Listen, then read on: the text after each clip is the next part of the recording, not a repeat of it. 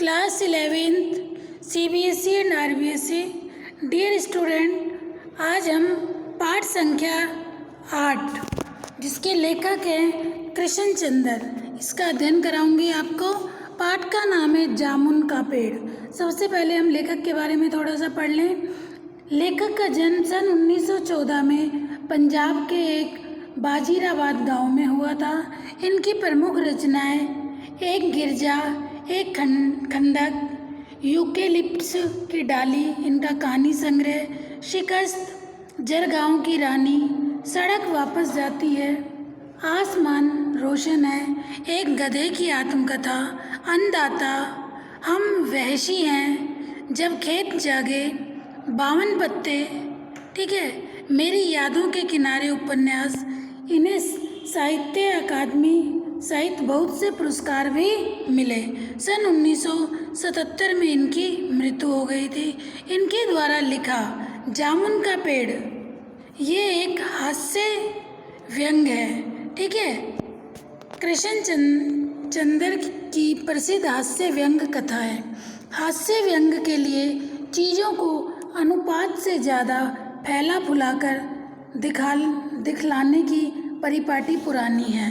यह कहानी भी उनका अनुपालन करती है। हास्य व्यंग परक कहानी है, इसलिए ये घटनाएं अतिशयोक्तिपूर्ण और अविश्वसनीय जान पड़े।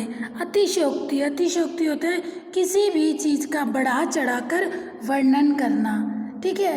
अतिशयोक्ति और अविश्वसनीय जान पड़े कि उस पर विश्वास ना किया जाए, जो कोई हैरत नहीं। विश्वसनीयता ऐसी रचनाओं के मूल्यांकन की कसौटी नहीं हो सकती।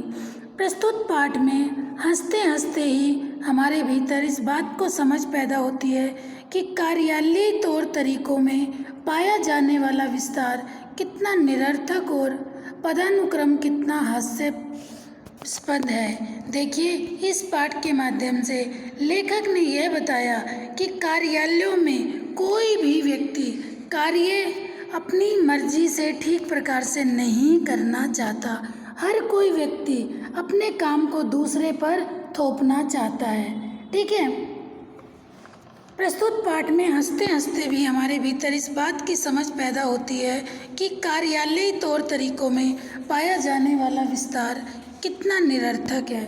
बात यहीं तक नहीं रहती, इस व्यवस्था के संवेदन शून्य एवं अमानवीय होने का पक्ष भी हमारे सामने आता है।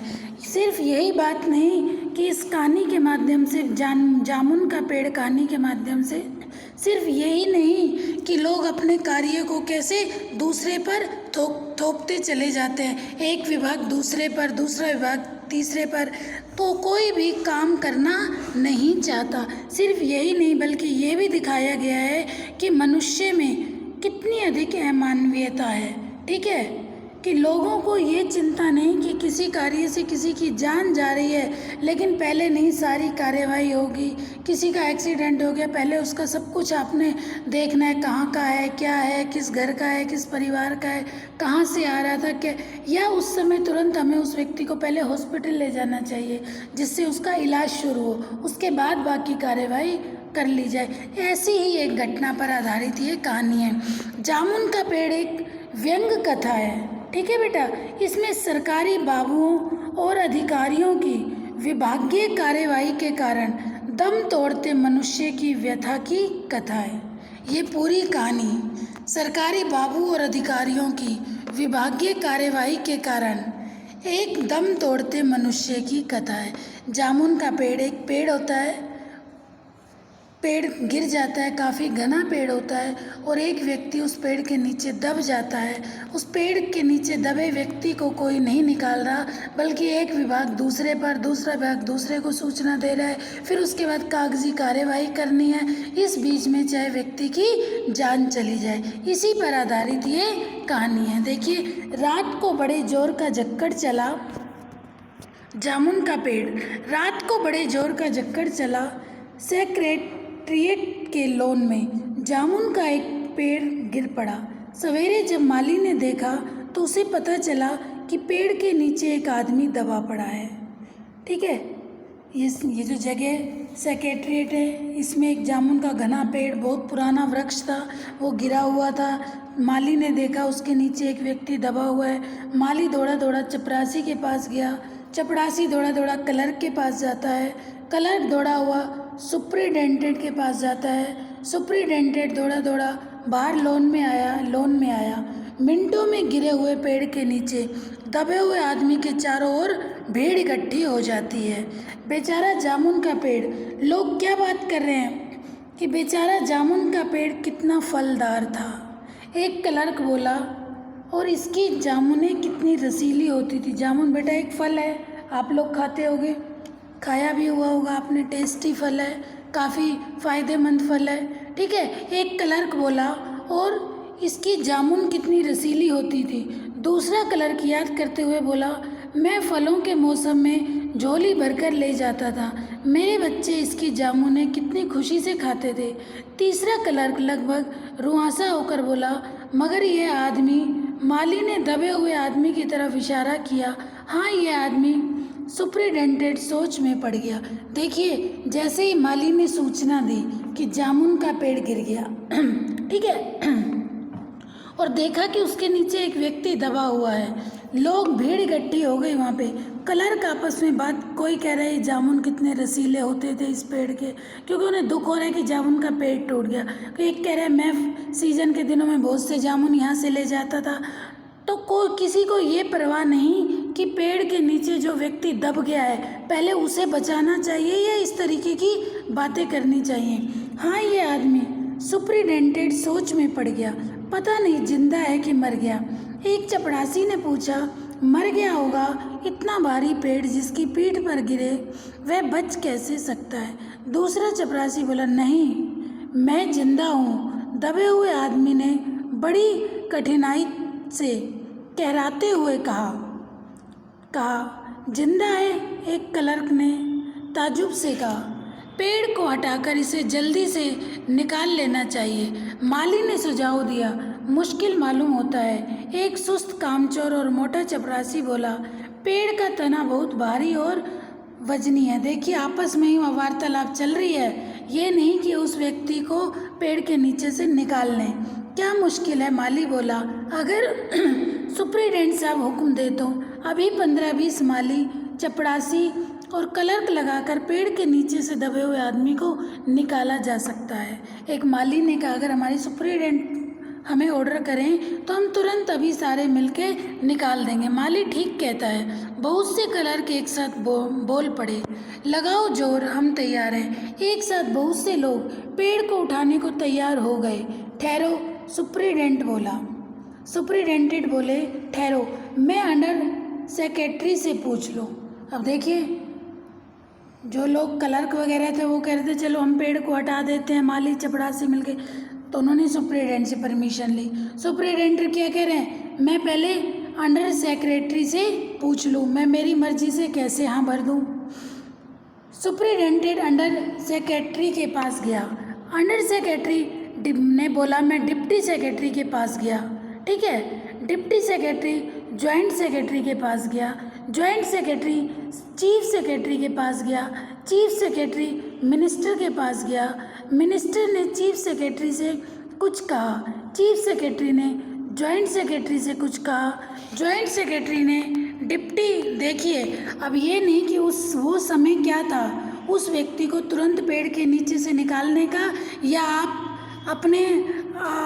अपने ऊपर कुछ नहीं ले रहे, दूसरे को, अपने वाला अपने से ऊपर वाले के पास जा रहा है, ऊपर वाला उससे ज़्यादा ऊपर वाले के पास, वो वहाँ परमिशन लेने जा रहा है, वो वहाँ अनुमति लेने जा रहा है। देखिए, सुप्रिटेंडेंट अंडर सेक्रेटरी के पास गया। अंडर सेक्रेटरी डिप्टी सेक्रेटरी के पास गया। डिप्टी सेक्रेटरी जॉइंट सेक्रेटरी के पास गया। जॉइंट सेक्रेटरी चीफ सेक्रेटरी के पास गया, ठीक है। और चीफ सेक्रेटरी मिनिस्टर के पास गया। मिनिस्टर ने चीफ सेक्रेटरी से कुछ कहा। चीफ सेक्रेटरी ने जॉइंट सेक्रेटरी से कुछ कहा। जॉइंट सेक्रेटरी ने डिप्टी सेक्रेटरी से कहा। डिप्टी सेक्रेटरी ने अंडर सेक्रेटरी से कहा। फाइल चलती रही। इसी में आधा दिन बीत गया। वो उसके पास गया, वो उसके पास गया, फाइल को लेके वो उसके पास गया, आधा दिन बीत गया। दोपहर के खाने पर दबे हुए आदमी के चारों ओर बहुत सी भीड़ हो गई। दोपहर हुआ जब तक तो उस व्यक्ति के चारों ओर बहुत ज़्यादा भीड़ हो गई थी। लोग तरह तरह की बातें कर रहे थे। कुछ मन चले क्लर्कों ने समस्या को खुद ही सुलझाना चाहा। वे हुकूमत के फैसले का इंतजार किए बिना पेड़ को अपने आप हटा देने का निश्चय कर रहे थे। अब कुछ क्लर्कों के मन में दया आई उस व्यक्ति के प्रति। इतने में सुपरिटेंडेंट फाइल लिए भागा भागा आया। बोला, हम लोग खुद इस पेड़ को नहीं हटा सकते। हम लोग व्यापार विभाग से संबंधित हैं और यह पेड़ की समस्या है जो कृषि विभाग के अधीन है। देखिए, आधा दिन बीत गया, वो अलग अलग लोगों के पास फाइल लेके जाते रहे। उसके बाद क्या नतीजा निकला कि हम व्यापार विभाग से संबंधित हैं, ये पेड़ गिरा है, ये कृषि विभाग के अंडर आता है। मैं इस फाइल को अर्जेंट मार्क करके कृषि विभाग में भेज रहा हूँ। वहाँ से उत्तर आते इस पेड़ को हटवा दिया जाएगा। दूसरा दिन हो गया। दूसरे दिन कृषि विभाग से उत्तर आया कि पेड़ व्यापार विभाग के लोन में गिरा है, इसलिए इस पेड़ को हटवाने या न हटवाने की जिम्मेवारी व्यापार विभाग पर पड़ती है। कृषि विभाग ने किस पर डाल दिया काम कि व्यापार विभाग के लोन में ही ये जामुन का पेड़ था, गिरा है, तो जिम्मेदारी व्यापार विभाग वालों की ही पड़ती है। ठीक है, उन्हें इस पेड़ को हटवाना है। यह उत्तर पढ़कर व्यापार विभाग को गुस्सा आ गया। उन्होंने फौरन लिखा कि पेड़ों को कटवाने या हटवाने की जिम्मेदारी कृषि विभाग पर लागू होती है, व्यापार विभाग का इसमें कोई संबंध नहीं है। उन्होंने रिप्लाई में जवाब दिया कि पेड़ों को काटना, लगाना, ये सब कृषि विभाग के अंदर आता है, व्यापार विभाग वालों में नहीं। दूसरे दिन फाइल चलती रही। देखिए, 2 दिन हो गए। शाम को जवाब आया, हम इस मामले को हार्टिकल्चर डिपार्टमेंट के हवाले कर रहे हैं। ठीक है, क्योंकि यह एक फलदार पेड़ का मामला है और एग्रीकल्चर डिपार्टमेंट अनाज और खेतीबाड़ी के मामले में फैसला करने का हकदार है। जामुन का पेड़ चूँकि एक फलदार पेड़ है, इसलिए यह पेड़ हार्टिकल्चर डिपार्टमेंट के अंतर्गत आता है। रात को माली ने दबे हुए आदमी को दाल भात खिलाया, जबकि इसके चारों तरफ पुलिस का पहरा था कि कहीं लोग कानून को अपने हाथ में लेकर पेड़ को खुद से हटवाने की कोशिश ना करें। पुलिस का वहाँ पे पहरा लग गया कि कोई उस पेड़ को अपनी मर्जी से ना हटा दे। देखिए, एक जामुन का पेड़ जो व्यापार विभाग के लोन में गिरा और वो कहाँ से कहाँ तक उस मैटर को ले जाया गया। ठीक है, मगर एक पुलिस कांस्टेबल को दया आ गई और उसने माली को दबे हुए आदमी को खाना खिलाने की इजाज़त दे दी। माली ने दबे हुए आदमी से कहा, तुम्हारी फाइल चल रही है, उम्मीद है कल तक फैसला आ जाएगा। कि माली ने उस व्यक्ति से कहा, तुम्हारी फाइल चल रही है, कल तक फैसला आ जाएगा कि क्या करना है। दबा हुआ आदमी कुछ नहीं बोला। माली ने पेड़ के तने को ध्यान से देखकर कहा, अच्छा हुआ कि तना तुम्हारे कूल्हे पर गिरा, अगर कमर पर गिरता तो तुम्हारी रीढ़ की हड्डी टूट जाती। अब देखिए बेटा, कितनी अधिक व्यथा को बताया गया। एक जिस व्यक्ति के ऊपर पेड़ गिर गया, तुरंत पेड़ को हटा देना चाहिए था, या वो उस विभाग के पास जा रहा है, दूसरा विभाग, तीसरे विभाग के पास जा रहा है, कोई कृषि विभाग के पास जा रहा है, फिर एग्रीकल्चर डिपार्टमेंट के पास जा रहे हैं। ठीक है, माली ने फिर कहा, तुम्हारा यहाँ कोई वारिस है तो मुझे उसका आता पता बताओ, मैं तुम्हें उसे खबर देने की कोशिश करूँगा। मैं लावारिस हूँ। दबे हुए आदमी ने बड़ी मुश्किल से, लावारिस, जिसका कोई भी वारिस ना हो। माली खेद प्रकट करता हुआ वहाँ से हट गया। तीसरा दिन हो गया बेटा। तीसरे दिन हार्टिकल्चर डिपार्टमेंट से जवाब आ गया। बड़ा कड़ा जवाब था और व्यंग्यपूर्ण जवाब था। हार्टिकल्चर डिपार्टमेंट का सेक्रेटरी साहित्य प्रेमी आदमी जान पड़ा। उसने लिखा था, आश्चर्य है इस समय जब हम पेड़ लगाओ स्कीम ऊंचे स्तर पर चला रहे हैं, हमारे देश में ऐसे सरकारी अफसर मौजूद हैं जो पेड़ों को काटने का सुझाव देते हैं, और वह भी एक फलदार पेड़ को, और वह भी जामुन के पेड़ को, जिसके फल जनता बड़े चाव से खाती है। हमारा विभाग किसी हालत में इस फलदार वृक्ष को हटाने की इजाज़त नहीं दे सकता। कि हमारा जो विभाग है वो तो पेड़ लगाने की सलाह देता है, और वो भी ऐसा पेड़ जो फलदार जामुन वाला पेड़ जिसे सब, हम उसे कैसे हटाने की इजाज़त दे दें। अब इसका क्या किया जाए, इस पर एक मन चले ने कहा। मन चले, अब एक व्यक्ति से रहा नहीं गया, उसने कहा अगर पेड़ काटा नहीं जा सकता तो इस आदमी को काट कर निकाल लिया जाए। यह देखिए, उस आदमी ने इशारे से बताया, अगर इस आदमी को ठीक बीच में से यानी धड़ से काटा जाए तो आधा आदमी इधर से निकल आएगा, आधा आदमी उधर से बाहर आ जाएगा और पेड़ वहीं का वहीं रह जाएगा। अब देखिए, पेड़ क्या आपस में बात कर रहे हैं कि पेड़ को हमें नहीं काटना, अब आदमी को कैसे निकालें। एक कह रहे आदमी को आधा इधर से काट लिया जाए, आधा उधर को, तो आधा उधर से निकाल लेंगे, आधा इधर से, और पेड़ बच जाएगा। देखिए, जैसा कि आपको कहा गया, एक हास्य परक व्यंग्य है, मगर इस तरह तो मैं मर जाऊंगा, दबे हुए आदमी ने अपनी आपत्ति प्रकट करते हुए कहा। यह भी ठीक कहता है, एक क्लर्क ने बोला। वो दबा हुआ आदमी कह रहा है कि ऐसे तो मैं मर जाऊंगा, तो एक क्लर्क कह रहा है कि ये व्यक्ति ठीक कह रहा है। आदमी को काटने वाली युक्ति प्रस्तुत करने वाले ने भरपूर विरोध किया। आप जानते नहीं, आजकल प्लास्टिक सर्जरी कितनी उन्नति कर चुकी है। मैं तो समझता हूँ अगर इस आदमी को बीच में से काट कर निकाल लिया जाए तो प्लास्टिक सर्जरी से धड़ के स्थान से इस आदमी को फिर से जोड़ा जा सकता है। अब बताओ, इस बार फाइल को मेडिकल डिपार्टमेंट में भेज दिया गया। मेडिकल डिपार्टमेंट ने फ़ौरन एक्शन लिया और जिस दिन फाइल उनके विभाग में पहुंची उसके दूसरे ही दिन उन्होंने अपने विभाग का सबसे योग्य प्लास्टिक सर्जन छानबीन के भेज दिया। सर्जन ने दबे हुए आदमी को अच्छी तरह टटोलकर उसका स्वास्थ्य देखकर खून का दबाव देखा, नाड़ी की गति को परखा, दिल और फेफड़ों को जांच करके रिपोर्ट भेज दी कि इस आदमी का प्लास्टिक ऑपरेशन तो हो सकता है और ऑपरेशन सफल भी होगा, मगर आदमी मर जाएगा। बताओ, प्लास्टिक सर्जरी हो जाएगी लेकिन आदमी मर जाएगा, इसलिए यह फैसला भी रद्द कर दिया गया।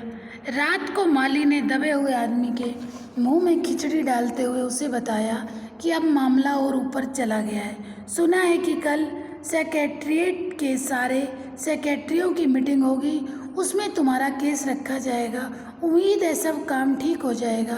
दबा हुआ आदमी एक आह भरकर धीरे से बोला, ये तो माना कि तगाफुल ने करोगे लेकिन खाक हो जाएंगे हम तुमको खबर होने तक। माली ने अचंभे से मुंह में उंगली दबा ली और चकित भाव से बोला, क्या तुम शायर हो? दबे हुए आदमी ने धीरे से सिर हिला दिया। दूसरे दिन माली ने चपड़ासी को बताया, चपड़ासी ने क्लर्क को, क्लर्क ने हेड क्लर्क को, और थोड़ी ही देर में सेक्रेटरीट में यह अफवाह फैल गई कि दबा हुआ आदमी शायर है। बस फिर क्या था, लोगों का झुंड शायर को देखने के लिए उमड़ पड़ा। इसकी चर्चा शहर में फैल गई और शाम तक गली गली से शायर जमा होने शुरू हो गए। अब देखिए, अब पता चला ये शायर है तो लोग बाग उसको देखने के लिए इकट्ठे हो गए। सेक्रेटरीट का लॉन भांति भांति के कवियों से भर गया। अब तरह तरह के कवि शायर वहाँ पर आकर इकट्ठे हो गए। आदमियों के चारों ओर कवि सम्मेलन का सा वातावरण उत्पन्न हो गया।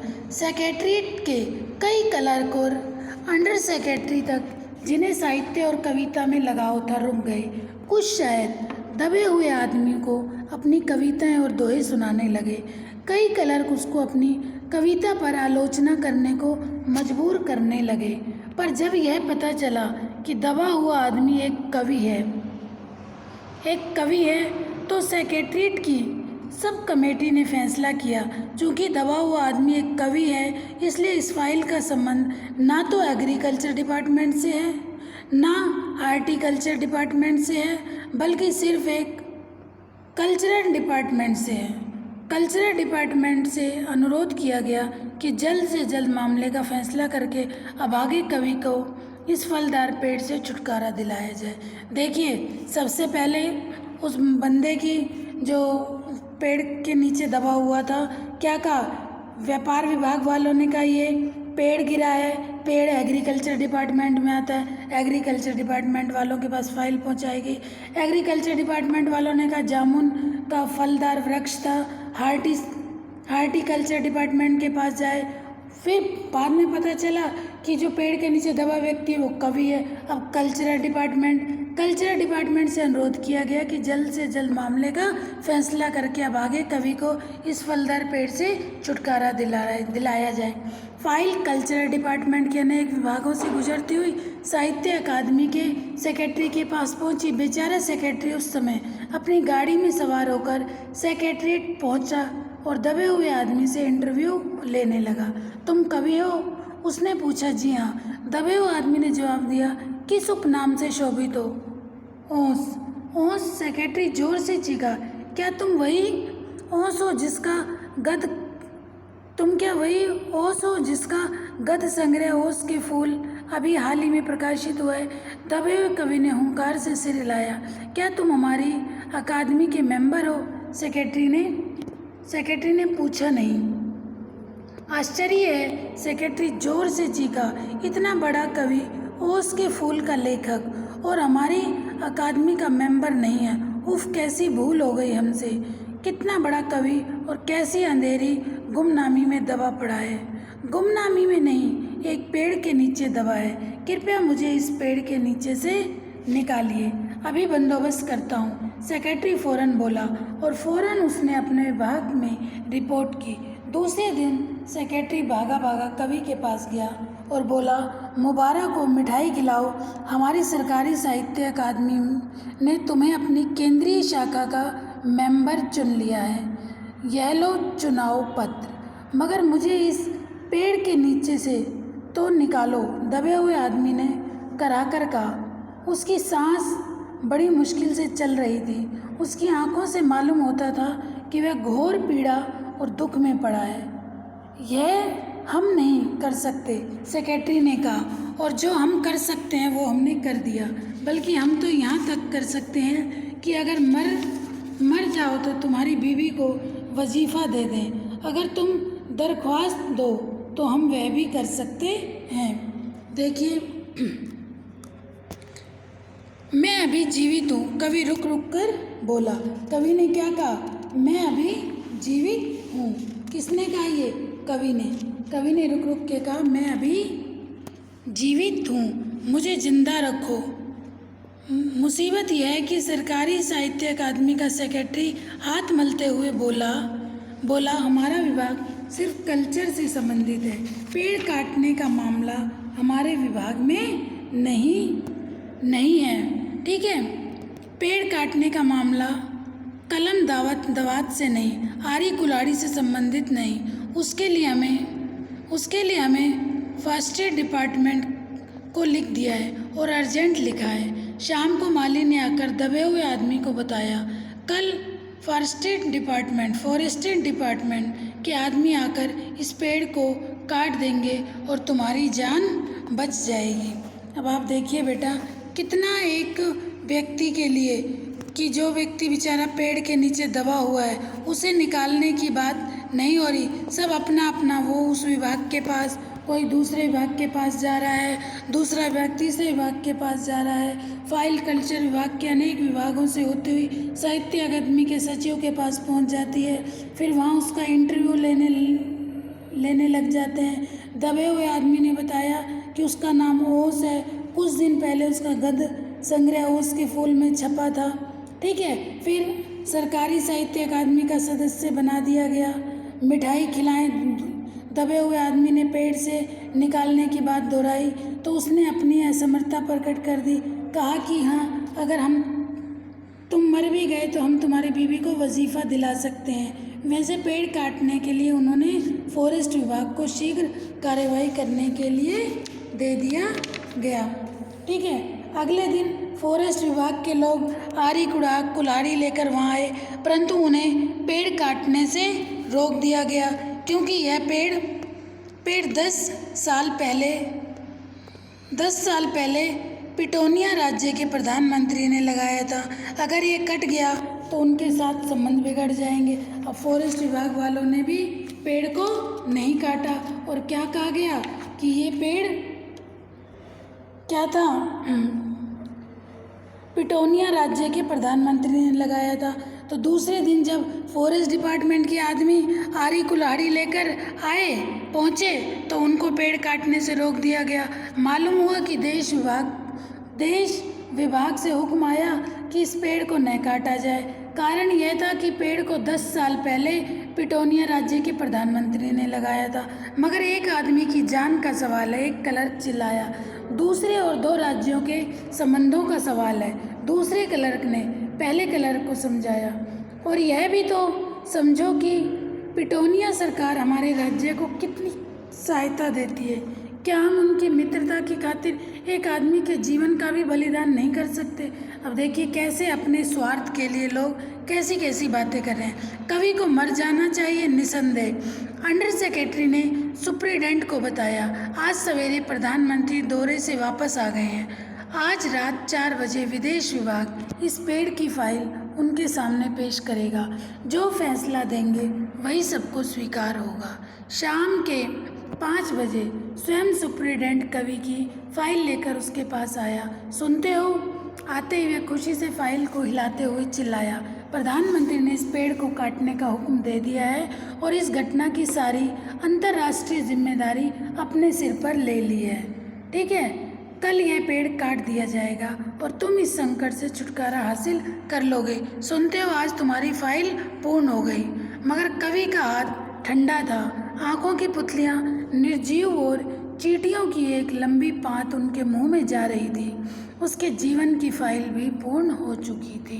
देखिए अंतिम लाइन में, मगर कवि का हाथ ठंडा था, आंखों की पुतलियां निर्जीव और चींटियों की एक लंबी पात उसके मुंह में जा रही थी। अर्थात पेड़ के नीचे दबा हुआ व्यक्ति मर चुका था और यहाँ उसकी फाइल पूरी कराते कराते उसकी जान तक ले ली गई। लेकिन किसी ने उसको किसी विभाग ने उसको पेड़ के नीचे से तुरंत निकालने का काम नहीं किया। उसके जीवन की फाइल भी पूर्ण हो गई, अर्थात उसकी मृत्यु हो गई। कहने का तात्पर्य यह है कि अंडर सेक्रेटरी ने बताया कि प्रधानमंत्री से काट देंगे फाइल को, इस पेड़ को काटने की अनुमति दे देंगे और इसी के साथ ही दबे हुए आदमी की सांसें भी पूरी हो गई, अर्थात उसकी भी मृत्यु हो गई। तो बेटा ये देखिए कितनी बड़ी विडंबना है। बेचारा जामुन का पेड़ के नीचे दबा व्यक्ति कि लोग अपने अपने डिपार्टमेंट, देखिए कितने विभाग, व्यापार विभाग ने इस कार्य को किसको दिया? एग्रीकल्चर डिपार्टमेंट को। एग्रीकल्चर डिपार्टमेंट ने हार्टिकल्चर डिपार्टमेंट को। हार्टिकल्चर डिपार्टमेंट ने मेडिकल डिपार्टमेंट के पास गए। मेडिकल डिपार्टमेंट, पता चला कि ये शायर है, कवि है, कल्चर डिपार्टमेंट के पास। फिर कल्चर डिपार्टमेंट वालों ने कहा नहीं, ये कार्य तो फॉरेस्ट विभाग के अंतर्गत आता है। फॉरेस्ट विभाग, विदेश विभाग। तो देखिए कितने विभागों की चर्चा की। ठीक है, तो किस तरीके से कोई भी कार्य स्वयं करना नहीं चाहता, दूसरे पर थोपता है, चाहे किसी की जान ही क्यों ना चली जाए। ठीक है बेटा, ये चैप्टर आपका कंप्लीट हो गया। कोई भी डाउट हो अपने डाउट ज़रूर क्लियर करना, और जो भी वर्क आपको कराया जाता है उसे एंड टू एंड करिए। इसका लेखक परिचय लिख लेना। ठीक है, आज मैं इसके नेक्स्ट क्लास में मैं आपको इसके क्वेश्चन आंसर समझा दूंगी, फिर क्वेश्चन आंसर आप लोग नोटबुक में कर लेना। ओके बेटा, थैंक यू।